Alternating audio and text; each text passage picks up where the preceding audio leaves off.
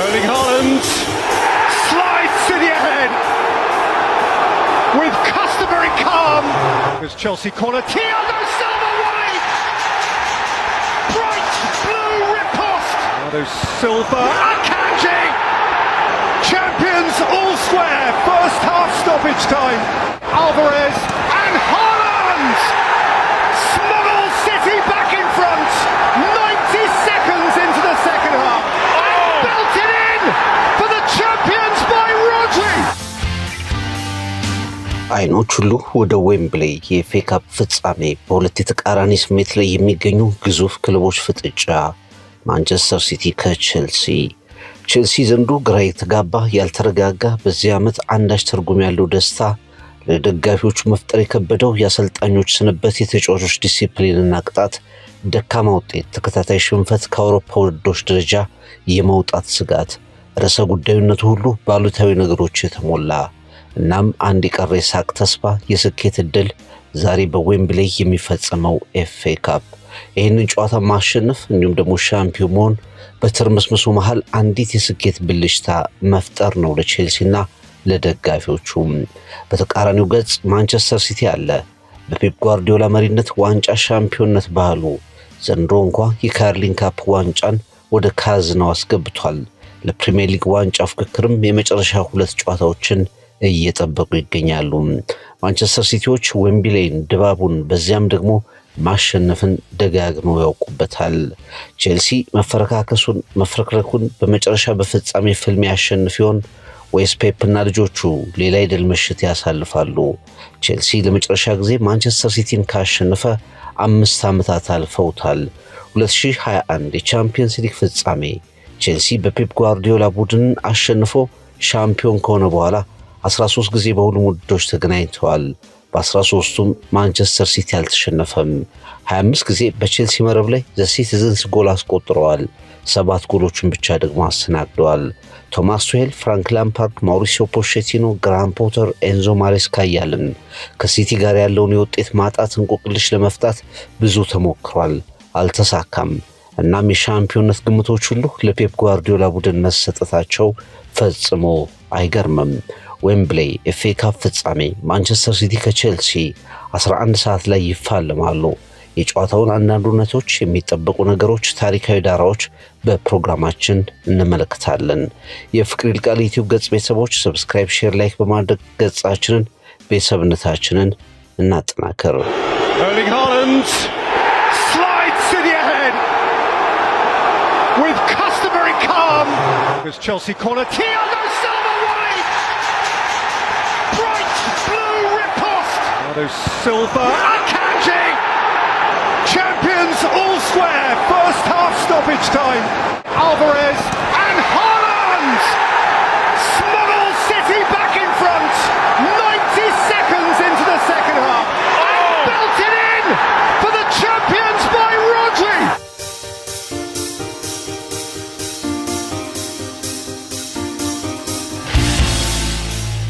እንግዲህ ማንቸስተር ሲቲ በዛሬው የኤፍኤ ካፕ ፍጻሜ ላይ ለማሸነፍ ትልቁን ግምት ወስዷል። ዌምብሌ ላይ ፔፕና ማንቸስተር ሲቲ ደጋግመው ይቀርባሉ።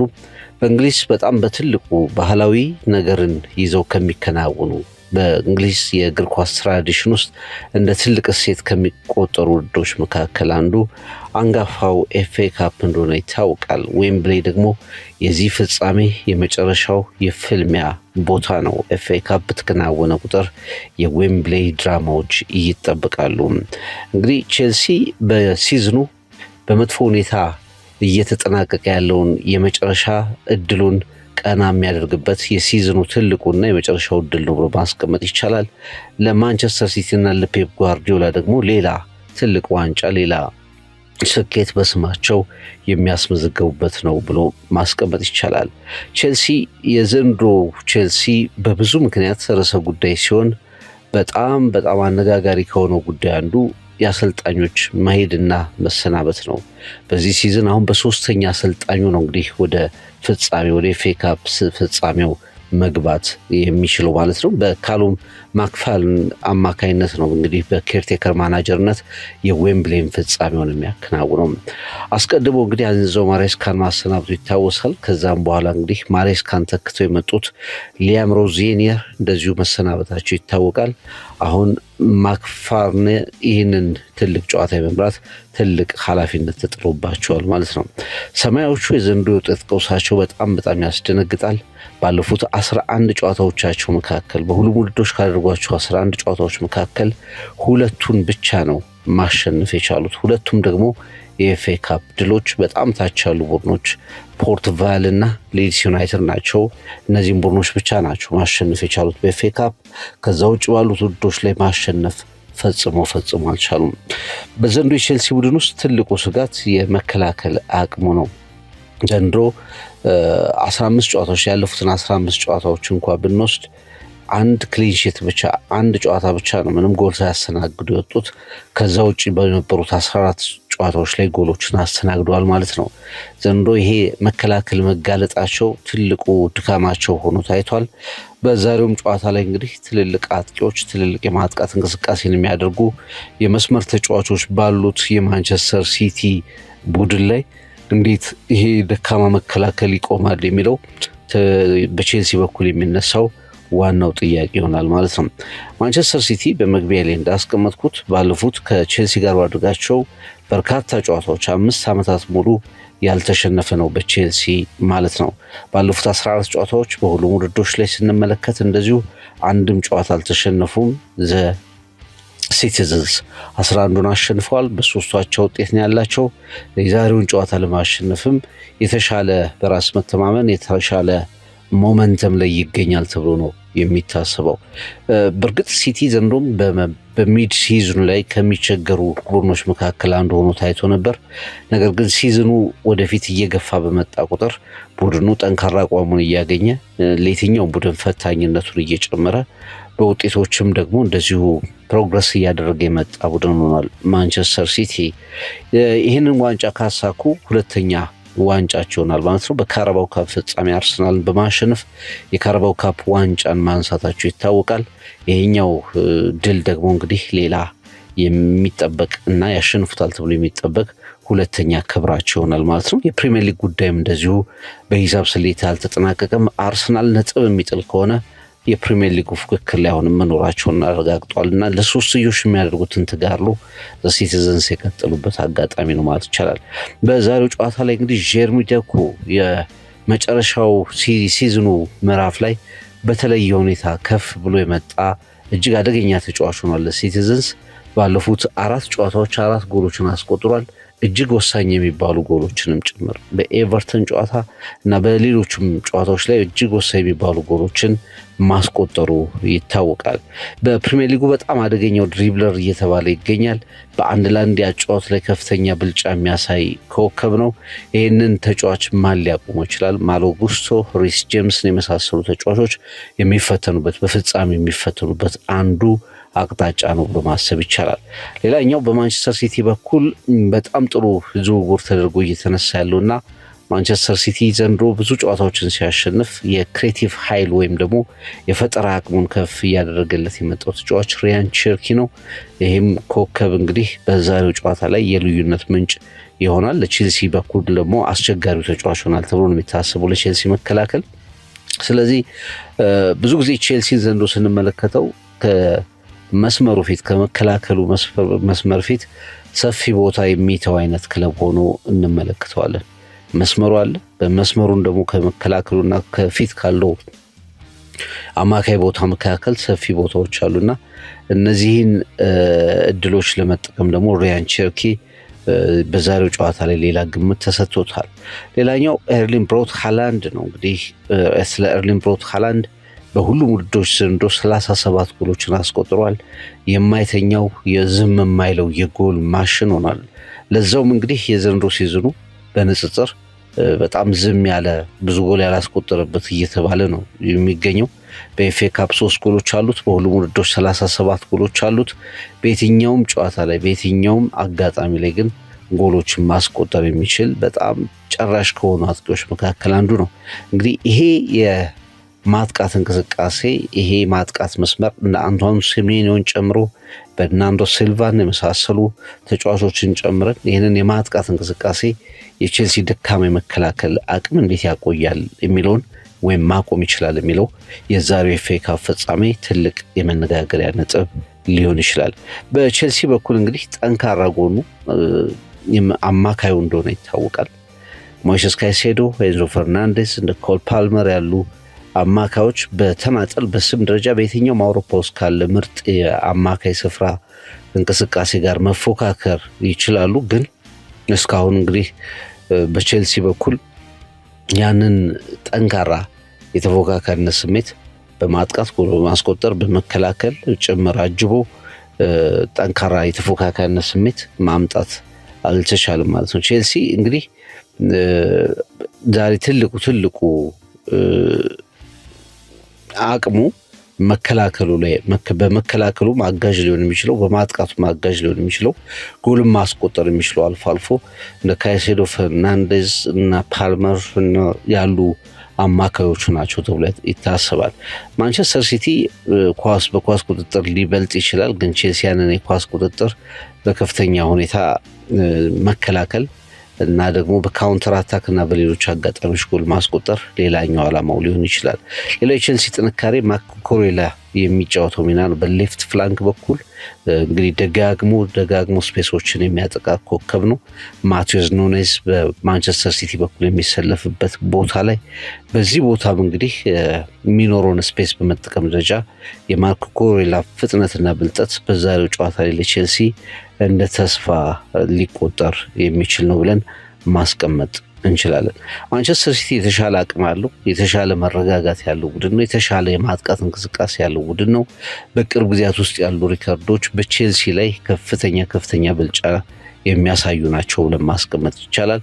ነገር ግን ቼልሲ ብዙ ጊዜ በፍጻሜዎች ላይ አንዳንድ አስገራሚ ነገሮችን ሲያከናውን እንመለከታለን። ለምሳሌ 2021 በቻምፒየንስ ሊግ ፍጻሜ በጣም ባልተጠበቀ ሁኔታ 1-0 ማንቸስተር ሲቲን አሸንፎ ዋንጫ ያነሱበትን የዓለም የክለቦች ሻምፒዮና ለመጀመሪያ ጊዜ የተካሄደው ፓሪስ ሰን ጀርመንን እጅግ ምርጡ ፓሪስ ሰን ጀርመንን 3-0 ጭምር አሸንፈው ፋይናሉን በጣም አስገራሚ ያደረጉበትን ነገሮች እንመለከታለን እና የቼልሲ ይህንን ነገር የማድረግም ነገሩ ሙሉ ለሙሉ ችላ የሚባል መሆን የለበትም። ሌላው ማንቸስተር ሲቲ ብዙ ጨዋታዎችን አከናውኗል። በዚህ ሳምንት ውስጥ ተከታታይ ጨዋታዎችን የፕሪሚየር ሊግ ፈታኝ ጨዋታዎችን በተለይም አርሰናል አስቀድሞ አሸንፎ መልሶ ለሲቲ የሚሰጣቸውን የፕሪሚየር ሊግ ጨዋታዎች ለማሸነፍ በጣም በርካታ ጫናዎች ውስጥ ያለፈም ክለብ ከመሆኑ ጋር በተያያዘ ምናልባት ድካም ሌላኛው ለቼልሲ አድቫንቴጅ የሚሆን ነገር እንዳይሆን መረጃዎች ወይም ደግሞ ግምቶችን ማስቀመጥ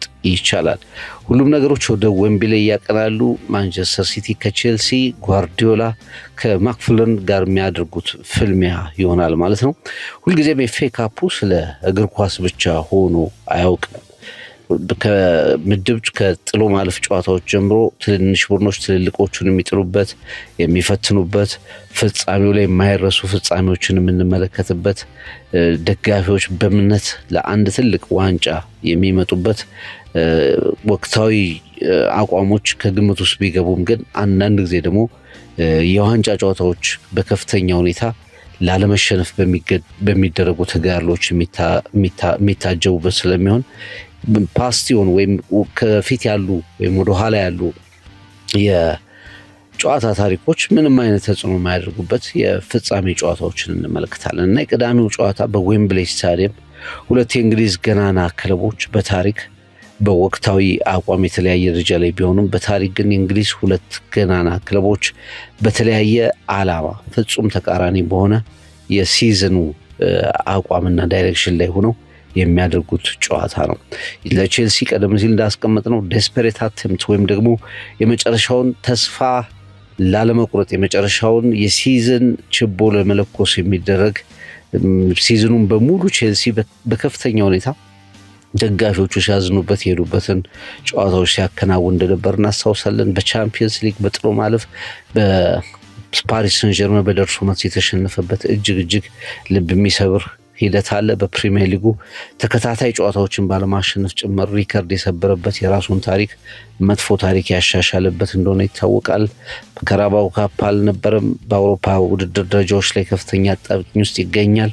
ይህንን የሲዝን ኮላፕስ ይህንን የሲዝን መጥፎ ሂደት ለመደምደም የሚደረግ ጨዋታ ነው በቼልሲ በኩል። ይህም እንግዲህ ዛሬ ያልታሰቡ ድንቅ ነገሮችን ምናልባት የቼልሲ ተጫዋቾች በተጋድሎ ለማሳየት ምክንያት ይሆናቸዋል ተብሎ ነው የሚታሰበው። ለማንቸስተር ሲቲ ሌላኛ ኦፖርቹኒቲ ነው፣ ሌላ እድል፣ ሌላ ባለፉት 10-15 ዓመታት ላይ ማንቸስተር ሲቲ የመጨረሻው ትልቁ የእንግሊዝ ቡድን ነው ብሎ ማስቀመጥ ይቻላል። ከወሰዳቸው ዋንጫዎች የአውሮፓ ክብር፣ በጣም በርካታ የፕሪሚየር ሊግ ዋንጫዎች በፔፕ ጓርዲዮላ ስር ብቻ 6፣ ከዛ አስቀድሞ 8 የፕሪሚየር ሊግ ዋንጫዎች፣ ሌሎችም በጣም በርካታ የኤፍኤ ካፕ፣ የካራባኦ ካፕ፣ የአውሮፓ የዓለም ክለቦች ሻምፒዮና፣ ሌሎችም በጣም በርካታ ዋንጫዎች ከግምት ሲገቡ የእንግሊዝ ፕሪሚየር ሊግ የዲኬዱ ያለፉት 10 ከዛም በላይ ዓመታት ምርጡ ቡድን ማንቸስተር ሲቲ ነው ብሎ ማስቀመጥ ይቻላል። አከራካሪም አይደለምና ዋንጫው ሌላ ዋንጫ ነው። በዚህ የበላይነት ዘመን ላይ የተገኘ ሌላ ማሳያ ተደርጎ የሚነሳ ይሆናል ማለት ነው። ቀደም ሲል እንዳስቀመጥኩት በቼልሲ በኩል 5 ዓመታት አልፈዋል። ማንቸስተር ሲቲን የማሸነፍ ጉዳይ ከታየ በ2021 የአውሮፓ ቻምፒየንስ ሊግ ፍጻሜ ፔፕ ጓርዲዮላ ባልታሰበ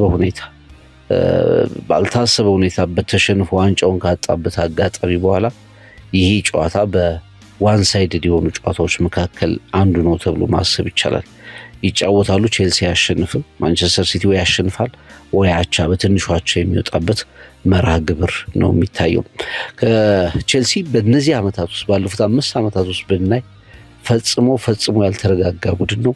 የሮማን አብራሞቪች መሄድ፣ ከዛም በኋላ ደግሞ ቶድ ቦውሊና አዲሱ አስተዳደር ፈጽሞ ያልተረጋጋ መንበር እንዲኖር፣ አሰልጣኞች የማይረጋጉበት፣ ኮከቦች በብልጫ የሚታወቅ ቡድን ሀያል ቡድን መፍጠር ያልተቻለበት፣ ኮከቦች በበርካታ ሁኔታ ቢያመጣም ጠንካራ ቡድን ማሳየት ያልተቻለበት፣ ተስፋዎችን ጭምር መጠበቅ የማይችል ክለብ ሆኖ እየተመለከት ነው እንገኛለንና የቼልሲ ፊውቸር፣ ቼልሲ ወደፊት በካራባኦ ካፕ ማሸነፍ ሙሉ ለሙሉ የሚስተካከል እንኳ ባይሆንም ግን ቢያንስ ደጋፊዎች በሲዝኑ አንድ የተወሰነች ነጥብ ለማንሳት የሚችሉበትን እድል ሊፈጥር ግን ይችላል ብሎ ማሰብ ይቻላል።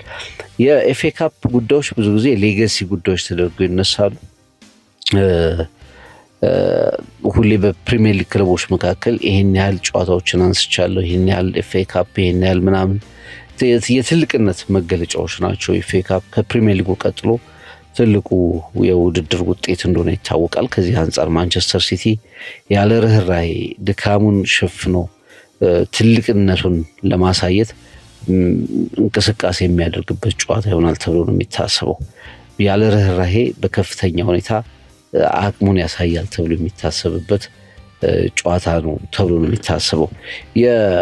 ልክ አሁን ሰር አሌክስ ፈርጉሰን የገነቡትን ማንቸስተር ዩናይትድ፣ አርሰን ቬንገር የሰሩት አርሰናል፣ እንደ ቦብ ፔስሊ የሰሩት የሊቨርፑል የሻምፒዮንነት አይነት ዶሚናንስ ወይም ደግሞ የበላይነት መታወቅ የፔፕ ጓርዲዮላ ቡድን ፈጥሮ እንደነበር ይታወቃል። በእርግጥ ባለፉት 2 ዓመታት ደግሞ ምንም እንኳ ትልቁን የፕሪሚየር ሊግ ዋንጫ የማንሳት አምና በሊቨርፑል ዘንድሮ ደግሞ እንደዚሁ ገና በአርሰናል እድሉን ያጣል የሚሉ ግምቶች እንዳሉ ሆኖ ግን ያለ ዋንጫ የሚያጠናቅቀው ሲዝን ብዙ ጊዜ ለፔፕ ጓርዲዮላ ባለ ትልቁ ዋንጫ የሚያጠናቅቀው ሲዝን እንደ ትልቅ እንቅፋት ወይም ውድቀት ተደርጎ ይነሳበታል። ትልልቅ ስኬቶችን እንኳን አሳክቶ በቀጣዩ ዓመት ሌላ ደግሞ ያልታሰበ ስኬት እንዲያመጣ ይጠብቅበታልና ካራባኦ ካፕን ሲያሸንፍ አርሰናልን ጥሎ የነበረው ደስታ በጣም አስገራሚ ነበር። በእርግጥ ያ ለፕሪሚየር ሊጉ መልእክት ለማስተላለፍም ጭምር የነበረ ደስታ ሊሆን ይችላል። የዛሬው ኤፍኤ ካፕ ደግሞ ከዛ አንጻር በትልቁ በማንቸስተር ሲቲ በኩልም ይጠበቃል። ንፋስ እያወዛወዘው የሚገኘው የጥያቄዎች ንፋስ እያወዛወዘው የሚገኘው ቼልሲ ምናልባት በዚህ ውድድር ለመርጋት ረጋ ለማለት ከአውሮፓ ከፍተኛ ሊጎች ውስጥ ከማርች ወዲህ የቼልሲን ያህል የተሸነፉ ቡድኖች በጣም ጥቂት ናቸው። ከማርች ጀምሮ በአምስቱም የአውሮፓ ከፍተኛ ሊጎች ውስጥ ከመጋቢት ወር ጀምሮ በተደረጉ ጨዋታዎች የቼልሲን ያህል የተሸነፉ ቡድኖች በጣም ጥቂት ናቸው። በጣም ደካማ አቋም እያሳየ ነው የሚገኘው። ቡድኑ በስሜት ደረጃ የተረጋጋ አይደለም። ውህደት የለም። ሃርመኒ ወይም መጣጣም ፈጽሞ የራቀው ቡድን ሆኖ ይታያል። በራስ መተማመኑ እንዲሁም ደግሞ ድል የማጣት ስሜት የፈጠረው ስሜት መጥፎ ስሜት የመሳሰሉት ነገሮች ቼልሲን ችግር ውስጥ ከተውታል እና እንዲህ አይነት ድሎች መልሰው በራስ መተማመንን ከፍ ለማድረግ ትልቅ ዋጋ እንዳላቸው በደንብ መረዳት ይቻላልና ቼልሲ ዛሬ በሁሉም አቅጣጫ የሚያሳየው ነገር በከፍተኛ ሁኔታ ይጠበቃል። በተለይ ይሄ ዶሜስቲክ ከርሱ በውድድሮች ላይ 4 ፋይናሎች ላይ ደርሶ 4 ምንም ጎሎችን ሳያስቆጥር 4ቱንም የዶሜስቲክ ካፖች ተሸንፏል። ቼልሲ 53 ሾቶች በእነዚህ 4 ፍጻሜዎች 18 ኦን ታርጌት የሆኑ ሙከራዎች እና ምንም አይነት ጎል እና የዚህ የቼልሲ እርግማን እየተባለም እየተጠራ ይገኛል። ዌምብሌይ በተለይ ለቼልሲ ጥሩ ያልሆነ በ4 ፍጻሜዎች ምንም ጎል ሁሉንም ደግሞ ሽንፈት እና እነዚህ የመቀጠላቸው ጉዳይ ደግሞ የበለጠ አንድን ፓተርን አንድን ሂደት ድግግሞሽ እንደ ከርስ አድርጎ የመጥቀስ እና ራሳቸውን ታሪኮችን ድግግሞሾቹን እና ሁነቶቹን ስነ ልቦና ጫና የሚያሳድሩ ታሪኮች ማድረግ ባህል አለ በእንግሊዝ ሚዲያዎች ላይ እና ያ እንዳይመጣም ለማድረግ ጭምር 5ኛ ተከታታይ ፍጻሜ ተሸንፎ ዋንጫም ላለማጣት ጭምር የሚደረግ ትልቅ ተጋድሎ ነው ብለን ማሰብ እንችላለን እና ቼልሲ ማሸነፍ ብቻ ሳይሆን ጎል ማስቆጠርን በፍጻሜው ላይ በደንብ ግምት ውስጥ አስገብቶ የምናከናውነው ይሆናል ማለት ነው። የዛሬው ጨዋታ ላይ ሁሌም ማንቸስተር ሲቲ ከቼልሲ ጋር በተገናኙ ቁጥር ኮል ፓልመር ርዕሰ ጉዳይ ይሆናል። በሁለቱም ቡድኖች በኩል ነበር። ከቀድሞ ክለቡ ጋር ነው የሚጫወተው በዌምብሌይ ምሽት። ከዚህ በፊት እንግዲህ በከፍተኛ ሁኔታ በቡድኑ ላይ ለውጥ ያመጣሉ ተብለው ከሚታሰቡ ኮከቦች መካከል አንዱ ነበር። አሁን ግን ተጽዕኖ ቀስ በቀስ እየደበዘዘም ጉዳቶችን ጨምሮ የቡድኑ አጠቃላይ ወጥ አቋምን ጨምሮ የፓልመር ሲዝን ኮምፕሊኬትድ ከሆኑ አንደኛ ጉዳት፣ ሁለተኛ ይሄ በራስ መተማመኑ የቀነሰ ተጫዋች ሆኖ እንመለከተዋለን። ባለፉት ዓመታት የነበሩትን የሚያስደንቁ ቁጥሮችን እየቀነሰ መጥቷል፣ በጎሎችም በአሲስቶችም። ስለዚህ ይሄ የዌምብሌይ ፍጻሜ እንዴት ለሱስ መነሻ ይሆናል የሚለው ነገር የምናየው ይሆናል ማለት ነው። ሌላኛው ኤርሊንግ ብራውት ሃላንድ ነው። በአውሮፓ በጣም ከባድ ከሚባሉ አጥቂዎች መካከል ነገሮችን ከሚጨርሱ አጥቂዎች መካከል አንዱ ነው ተብሎ የሚታሰበው 8 ጊዜ በዌምብሌይ ቀርቧል። አንድም ጎል አላስቆጠርም እስካሁን። በየትኛዎቹም ስታዲየሞች ላይ ጎሎች አሉት፣ አስደናቂ ጎሎች አሉት። ዌምብሌይ ላይ ግን ስቲል ሃላንድ የጎሉን ሚስጥር መፍታት አልቻለም እና ዛሬም እሱም እንደዚሁ ትኩረት ከሚያርፍባቸው ተጫዋቾች መካከል አንዱ ተደርጎ ይነሳል። ፔፕ ጓርዲዮላ እንግዲህ ከቼልሲ ወቅታዊ አቋም አንጻር ይህንን ጨዋታ ለማሸነፍ በቁጥጥር ስፔሶችን በመጠቀም የቼልሲን የመከላከል ቀውስ በማንበብ የመጨረሻ ወሳኙን ድል ያስመዘግባል ተብሎ ነው የሚጠበቀው።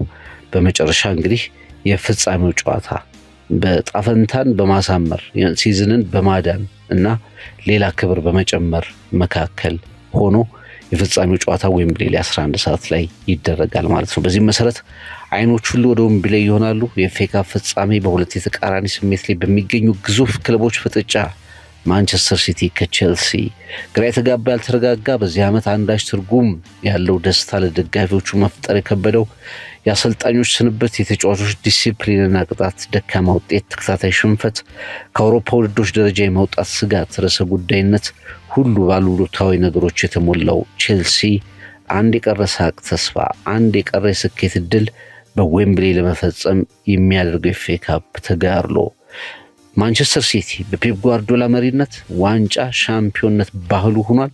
ሌላ ዋንጫ ለመጨመር የካርሊንግ ካፕ ዋንጫን ወደ ካዝናው አስገብቷል። ሁለተኛውን ዋንጫ በሲዝኑ ለማንሳት ለፕሪሚየር ሊግ ዋንጫው ፍክክርም የመጨረሻ 2 ጨዋታዎቹን በተስፋ እየጠበቀ ይገኛል። ማንቸስተር ሲቲ ዌምብሌይን ድባቡን በዚያም ደግሞ ማሸነፍን ደጋግሞ የሚያውቀው ሲቲዝንስ ዛሬ በተለየ ሁኔታ የሚደረግ ፍጻሜ ዌምብሌይ ኤፍኤ ካፕ ፍጻሜ ማንቸስተር ሲቲ ከቼልሲ 11 ሰዓት ላይ። የተወደዳችሁ የፍቅር ቃል ዩቲዩብ ገጽ ቤተሰቦች ከጨዋታው በኋላ ደግሞ በትንታኔያችን በተወዳጁ ጣቢያችን ብስራት ኤፍኤም 101.1 ላይ በሬዲዮ ፕሮግራማችን ከባልደረባዬ ጋር ብቅ እንላለን። መልካም ጨዋታ፣ መልካም ጊዜ ይሁንላችሁ።